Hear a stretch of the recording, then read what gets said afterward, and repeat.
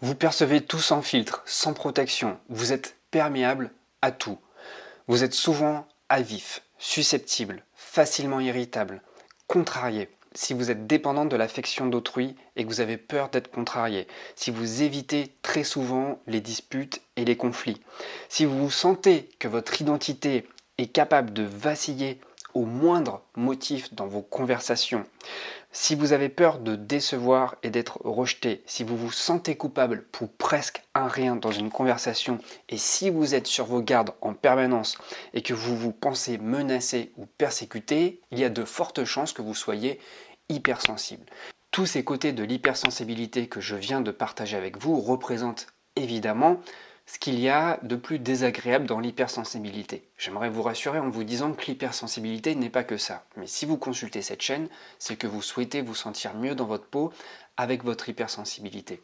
Alors aujourd'hui, dans cette vidéo, je vous propose de découvrir 5 pièges à éviter dans vos relations parce que votre hypersensibilité peut vous amener dans cette direction-là. Mon but à moi à travers ce contenu, c'est de vous permettre de vous préserver de ces pièges. Avant de partager ces 5 pièges avec vous, sachez que je mets en place ce dimanche 23 octobre à 20h30 une masterclass. Une masterclass, c'est quoi? Eh bien, c'est un atelier, c'est un cours en ligne que je donne en instantané. On va être en direct. Donc, dans la perspective de cette vidéo, je vous propose une masterclass dans cette thématique-là. Donc, le titre de cette masterclass, c'est S'affirmer en restant vrai, le mode d'emploi. Et on va voir ensemble 3 grands modules. Le premier module, c'est comment sortir des pièges relationnels. Ensuite, dans une seconde partie, nous allons voir les clés d'une communication authentique. Et enfin, dans le troisième module, nous allons voir ensemble l'élément crucial qui va pacifier vos relations. Donc, comme je l'ai précisé, dans une première partie, il y a ce cours, d'accord? C'est moi qui vais délivrer ce cours. Et ensuite, on va profiter des avantages du live, ce serait dommage de s'en priver. Il y aura une session questions-réponses. Donc là, à tour de rôle, vous pourrez me poser vos questions et vous pourrez entre vous échanger. Donc si vous êtes intéressé, la masterclass est vraiment un tarif très avantageux.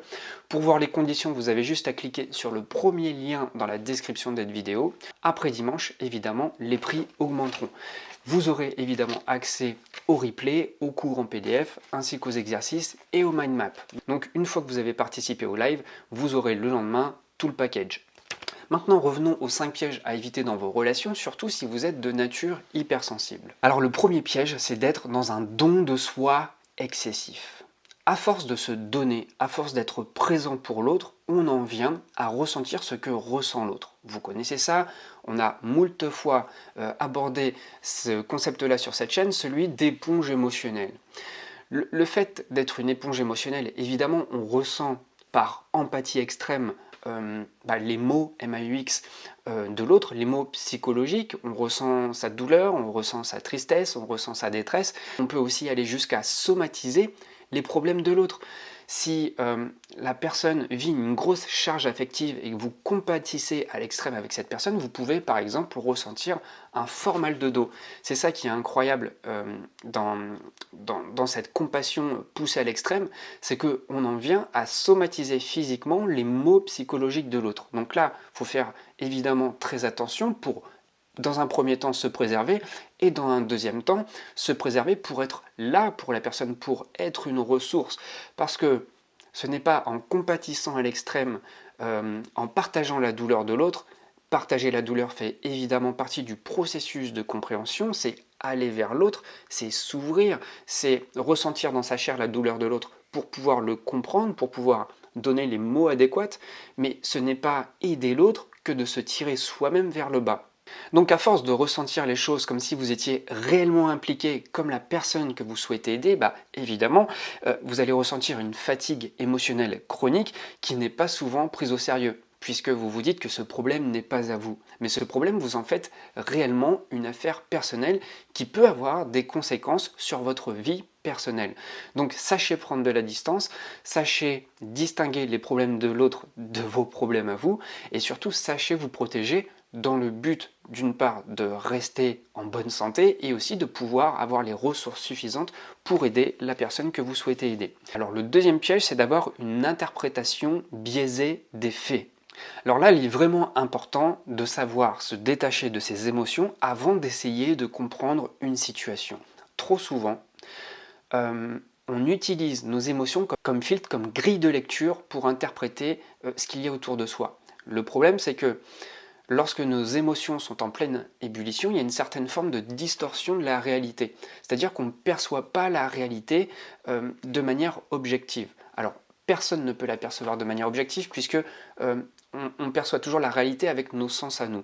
Sauf que là, tout est augmenté, tout est intensifié, tout est poussé à l'extrême, tout est peut-être même caricaturé puisque nos émotions c'est comme si on augmentait le volume et que tout devenait exagéré, très fort autour de soi. Alors peut-être que quelqu'un qui a été un petit peu blagueur avec vous, peut-être un peu tatillon, peut se transformer en horrible monstre parce que ce qu'il vous a dit vous a énormément impacté.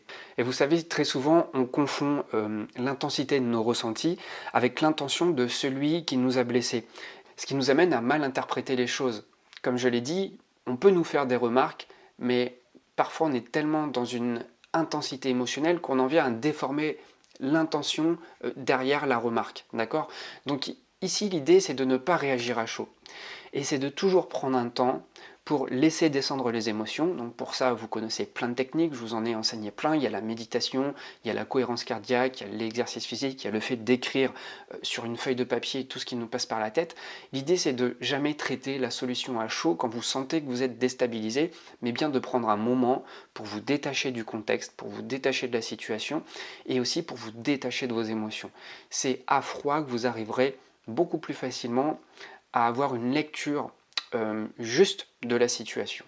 Le troisième piège, c'est de vouloir améliorer ses relations aux autres avant d'améliorer sa relation à soi. Dans cette configuration, on est toujours dans un décentrage permanent. On n'est pas en soi, on se dilue, on se disperse. On ne prend pas en compte ses besoins, on ne prend pas en compte ses valeurs. De fait, les conséquences vont être terribles très rapidement parce qu'on devient dépendant de l'attention des autres. On n'est plus présent à soi, on n'est plus centré sur soi. Par conséquent, ce qui se passe, c'est qu'on se sent validé que par le regard des autres. On se sent validé que si l'autre nous porte attention. On se sent validé aussi que par la bienveillance des autres, puisque pour soi-même, on n'a pas porté cette énergie, on n'a pas porté cette attention. On est donc dispersé et dépendant de l'attention des autres. Alors vous vous en doutez, le résultat qui arrive le plus souvent, ce sont les grosses déceptions.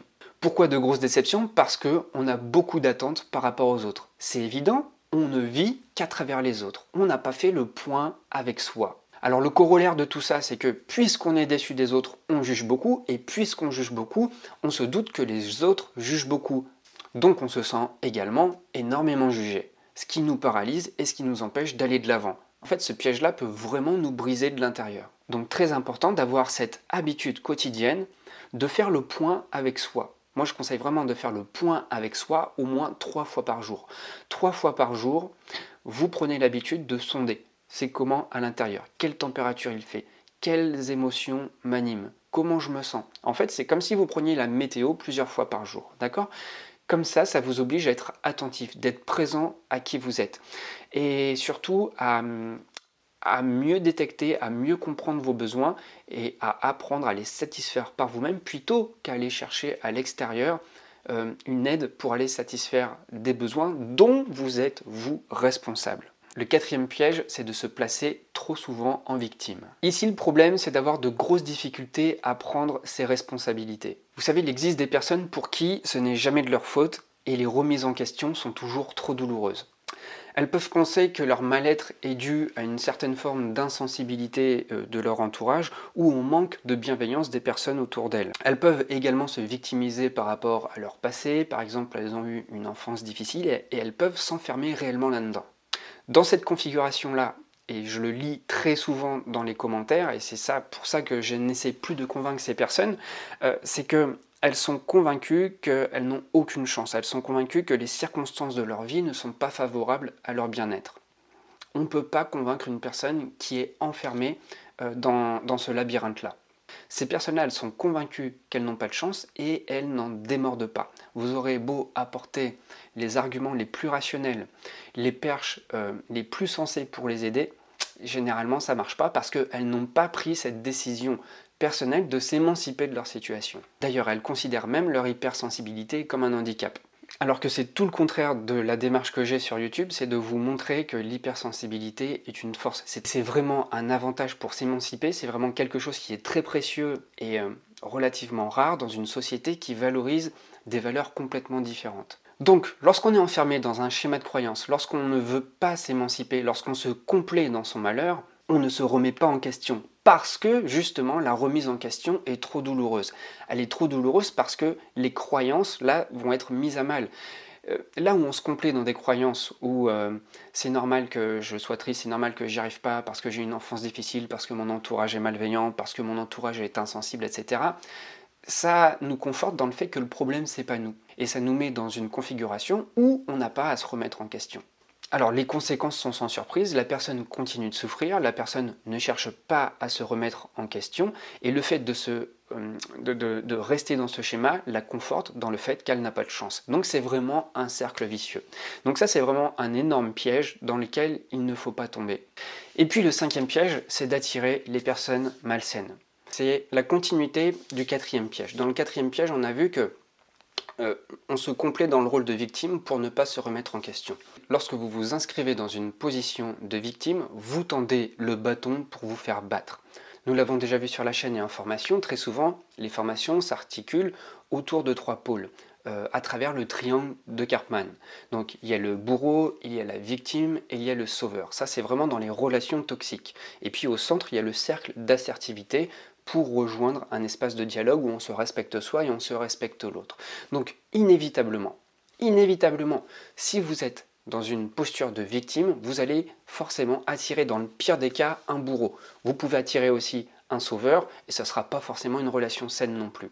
Mais lorsque vous vous mettez dans une position de victime, lorsque tout le monde est malveillant autour de vous, lorsque tout le monde est insensible, lorsque tout le monde vous veut du mal, évidemment, c'est ce qui va se réaliser dans vos relations. Donc, dans les relations toxiques, si je peux parler d'équilibre, une personne qui est victime va forcément attirer une personne qui va la persécuter. Parce que vous ne vous respectez pas. Et si vous vous positionnez dans une posture qui est davantage respectueuse de qui vous êtes, c'est-à-dire lorsqu'on est dans l'assertivité, lorsqu'on sait affirmer ses besoins, lorsqu'on connaît ses propres besoins, lorsqu'on sait les affirmer, lorsqu'on sait le faire sans violence, lorsqu'on sait le faire avec beaucoup d'assertivité, évidemment, le bourreau n'a plus lieu d'être en face de vous, ça ne va pas l'attirer, d'accord? En fait, vous ne lui donnez pas du grain à moudre. Donc, si vous êtes respectueux de votre intégrité, si vous respectez vos valeurs, vos besoins, vous allez pouvoir conjuguer votre vie avec des personnes qui vont être sur la même longueur d'onde que vous, d'accord, qui vont être sur un schéma beaucoup plus sain que des schémas néfastes comme celui du bourreau. Donc vraiment, soyez au clair avec votre position, avec la posture que vous vous donnez. C'est normal comme tout le monde, pas que pour les hypersensibles, c'est normal de vivre des hauts et des bas, c'est normal parfois de se sentir accablé, c'est normal de se sentir victime, sauf qu'il faut savoir en sortir. Pour savoir en sortir, comme je l'ai expliqué, il faut prendre de la distance.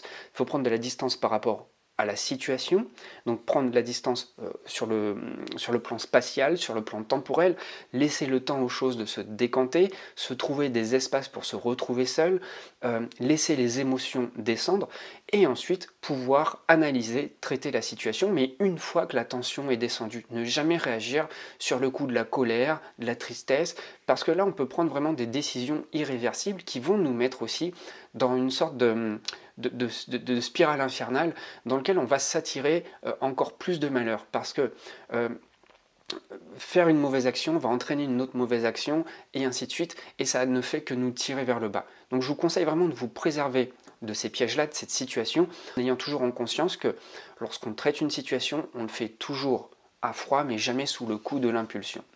Voilà, j'espère que ces informations vous ont été utiles.